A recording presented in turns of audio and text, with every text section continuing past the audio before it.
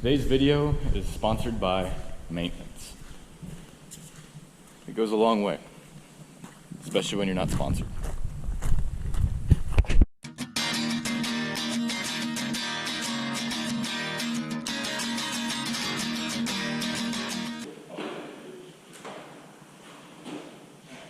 Yeah.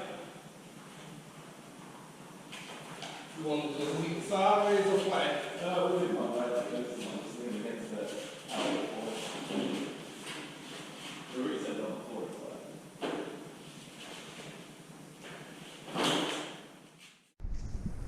Alright, the garage door is all unloaded and everything. It's all right here, tracks, everything, garage door opener, all that fun stuff. I don't know what I'm doing on that yet. I haven't quite figured that out. I have no idea how to put the door up. Figure that out. Meanwhile, the last thing I need to do, all the branches are picked up. Even in the hayfield, all of them are picked up. However, there's going to be some little pieces or chunks that we've missed inadvertently. We're going to take this over there and we're going to mow where we trim trees at, just that, basically our western border of our hayfield and our southern border of our hayfield. And the only reason we're doing that is, like I said, we want to make sure that we don't have any chunks or anything like that in there. This will eat them up and beat them up. I don't really bother it so much. The mower conditioner will not. It will hurt it. It can break gears on it again, or it can just damage teeth, or not teeth, well, yeah, teeth on the gears. But it can also damage the blades on it. So we just want to eliminate that potential. So we're going to go ahead and do that. I guess switch hoses first, though. This is because that's very tight and I can't hold it to get it off. So we're cheating. Working smarter now.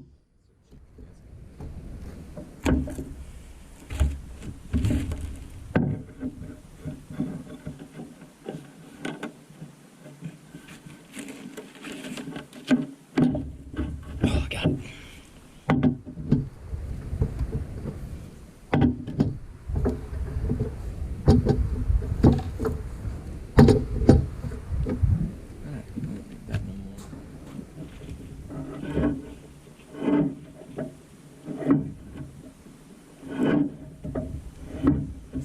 Wireless thing works. You can do something over here and it opens over there.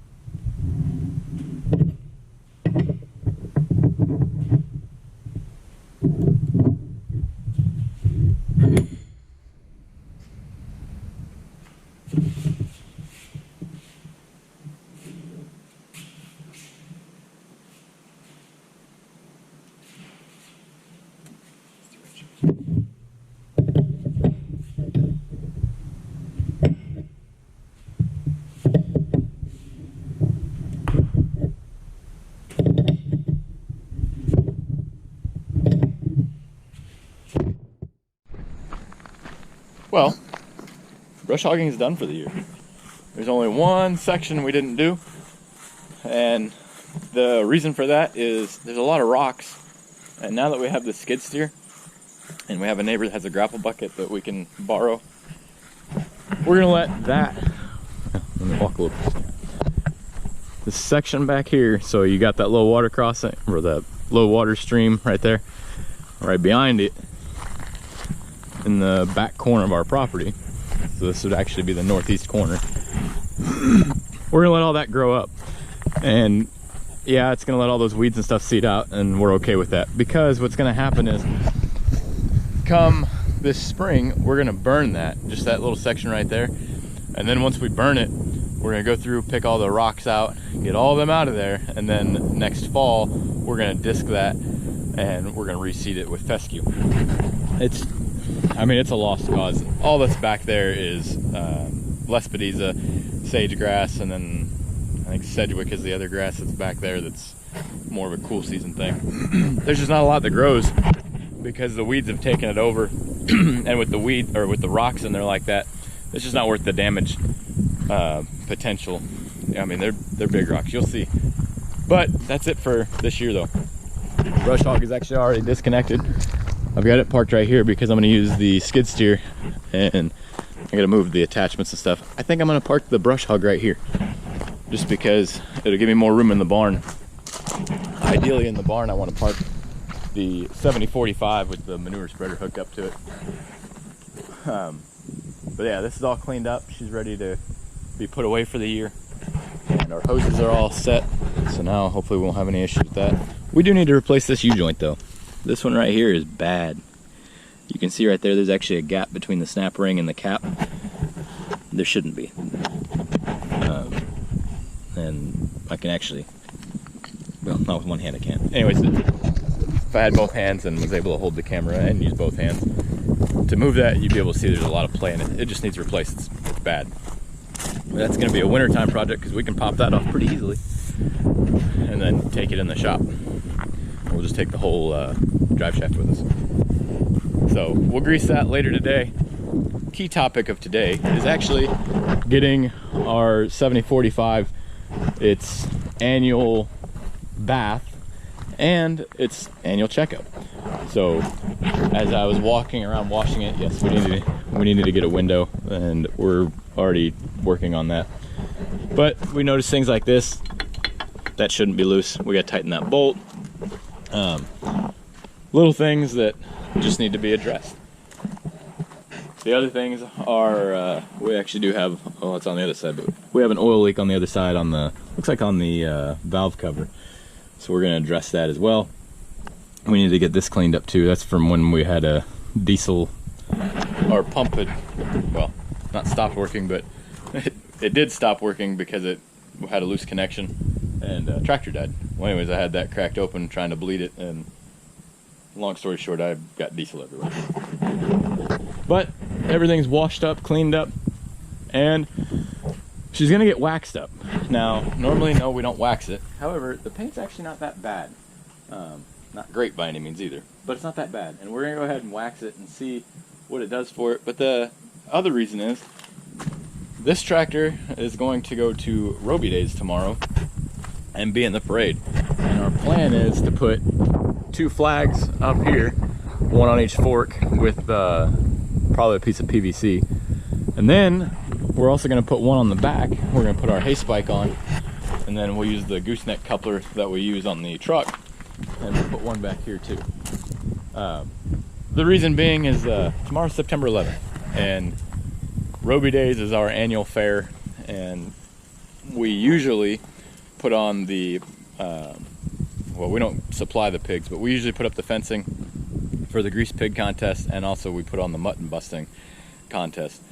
Needless to say, with my surgery, while yes, I am walking around much better, I still can't do a lot of things. I can't lift a lot of weight. Actually, I'm not supposed to lift any weight. So there's just a lot of things that I can't do that I would normally do. So, of course, I'm not going to be able to wrangle those animals after, you know, the kids fall off and bring them back to the holding area. So some stuff just isn't going to get to happen this year. But at least we're going to get to use something to show some tribute to those that lost their lives on September 11th, because we will never forget. Hopefully you won't either. Meanwhile, I gotta get back to this, let that dry. We're gonna go ahead and grease the brush hog so we can get it put away. And then we need to spray some fence lines, and we've got a couple of small trimming that we need to do with a pole saw. Am I the only one that when you go to grab the grease gun, it's always does enough for like one U-joint or one grease fitting in general, and then it needs another tube? I feel like it's the story of my life at this point.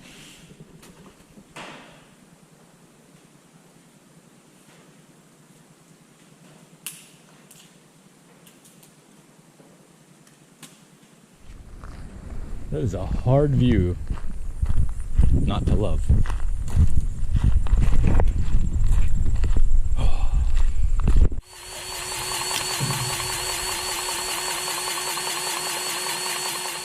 Wondering, I grease everything right after I wash it, even though I know it's not going to get used until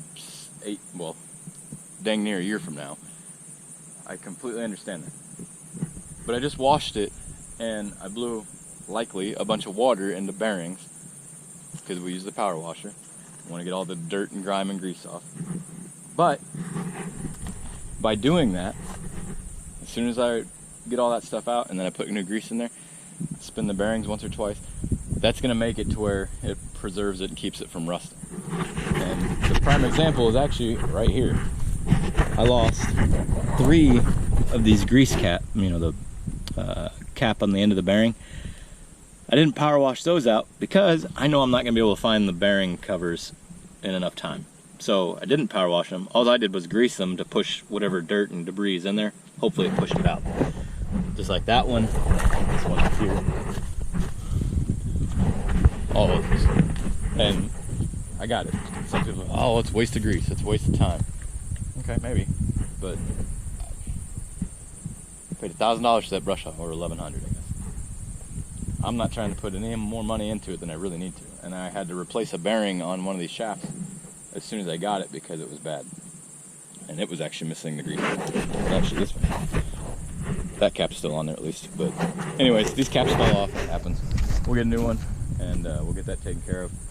So essentially, like I said, the tractor's pretty much done. All the hard work is done. The manure spreader is easy. You could run a manure spreader. You could run that manure spreader with 20 horsepower. It doesn't take anything to run it.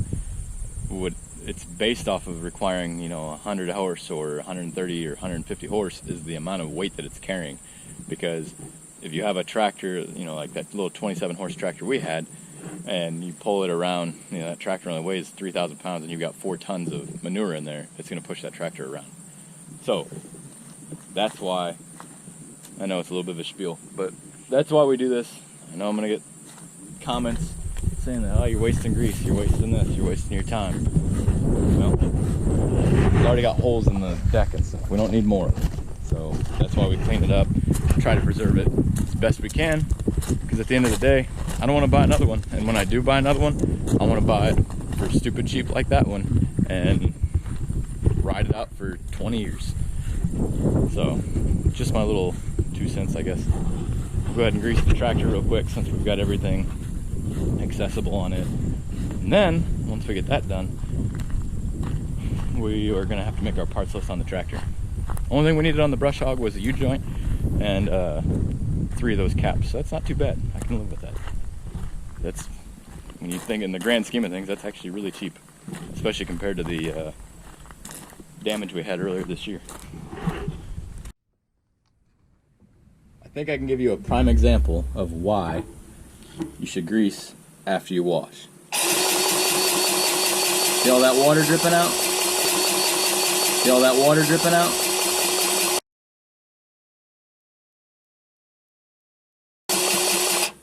Now there's no bearings inside of this. This is just a pin that's a bushing essentially. So if that was a bearing, that's water that's sitting in your bearings until you decide, oh hey, it's been 100 hours and I should grease it. Much like the millennial farmer, I like to live dangerously too, and use a chrome socket on the impact.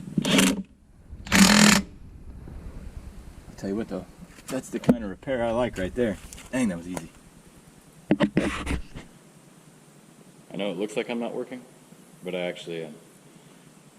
I'm going to hang a dry erase board in here that's bigger than the one I currently have that has all of our maintenance records on it for equipment, because I like it to be able, so like have the left half of it is, Allis Chalmers 7045, Bobcat S250, etc., right? Whatever the equipment is or the vehicle is, the hours it was serviced at, what was done at that hours. So, let's say that I replaced a U-joint, right? Or, whatever the last thing was, because it's kind of important. So whenever I replace something, I want to double check on that U-joint, especially just because maybe a snap ring came out because it wasn't quite seated right. Something could have happened, and I just want to double check that. Well, I'd like to do the same thing, and then on the right-hand side, have a list of things that either need fixed or are on the to-do list. Currently, I substitute and I text myself all these things so I don't forget them. this is what we use to control the vegetation around our fence lines. And some of them are easy to get to. However, I'm curious what other people do to control vegetation in their weed line, or in their fence lines. I call it a weed line because that's all that grows in ours. And unfortunately, the stuff that does grow there is stuff that the sheep don't eat.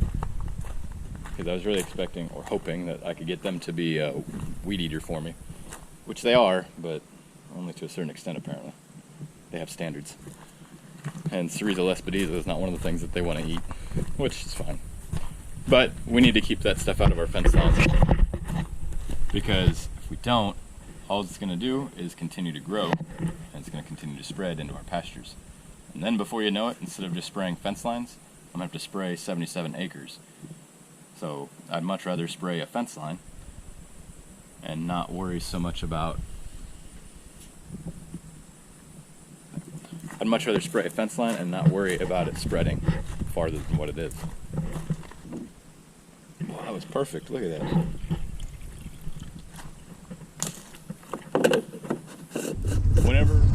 So if I didn't spray this lespedeza right here would thrive, and so would this Canadian thistle. Not a big deal, except nothing eats it. And that's what makes it a big deal. So now, if you look how it's growing through my fence, all it's going to do is it's going to cause that fence to rust. And it's also going to get intertwined in that fence. And eventually, if that plant gets bigger and stronger, so like a tree for instance, it'll actually start lifting my fence up. It's not a good thing. And we have 17,000, actually closer, the perimeter fences, we're close to probably 22,000 feet of fencing. And 22,000 feet of fencing is a lot of fencing, but essentially it's one giant bird perch. And what happens is birds eat seeds from whatever, so a tree, some grasses, weeds, or it gets caught on their feathers, and as they're flying, whenever they land, it falls off, or even as they're flying across, it falls off. I can't have that, because it took us a long time to put all this fencing up, and it costs a lot of money.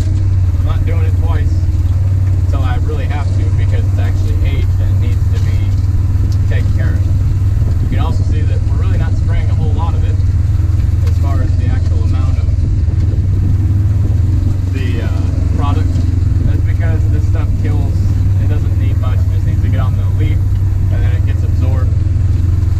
And then it'll get basically transferred to the roots of the plant, and it kills the whole plant. Now it will let the weeds, in this case, because we sprayed them so late, it's going to let them seed out. This is just what we end up doing. But I'm curious if some of you have a better way. I'm open to it.